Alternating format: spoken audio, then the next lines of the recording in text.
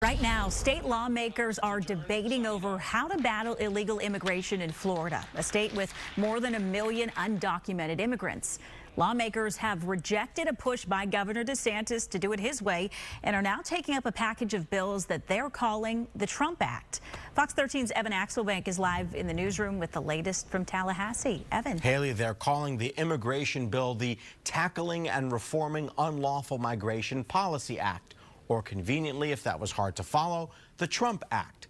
They also overrode the governor's veto for legislative funding, and so the plan is to create a chief immigration officer in the state and to make it less attractive for those who come across the border to come here. The Florida legislature made its declaration of independence from the governor. It's actually about following the leader you trust. For my part, I trust President Trump. After they fulfilled their requirement of gaveling into the special session called by Governor DeSantis, they listened to a list of his bills. Then they gavelled out just as quickly. Mr. President, I move that the Senate adjourn, sine die. They then went to work on their own immigration bill, which they called the Trump Act. It makes the agricultural commissioner also serve as the state's chief immigration officer.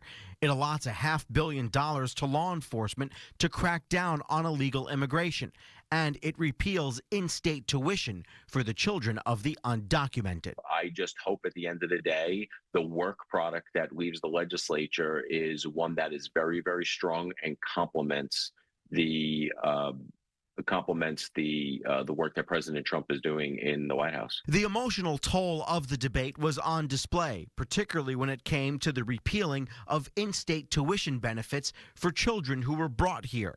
It was a measure that was signed by then Governor Scott and had been backed by the current Lieutenant Governor, Jeanette Nunez. These are kids that are, in my opinion, so incredibly patriotic, and they love this country so much. It's not their fault they don't have status. They had to go to a Florida high school in order to qualify for this. It's the only country they know.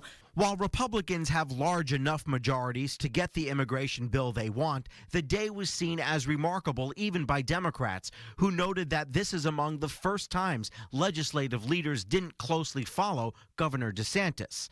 They voted to reinstate funding for legislative services that the governor had vetoed.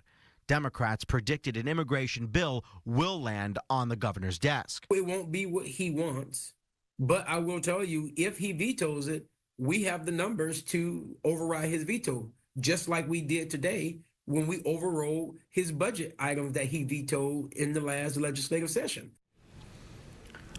Backers of the bill that the governor supported are concerned that the Trump Act won't go far enough in ensuring the undocumented face penalties for trying to register to vote, that wire transfers to home countries be blocked, and that local law enforcement will have the teeth they need. The supporters of the bill say that several of those things are in the bill that is going to be considered tomorrow on the entire floor. Haley.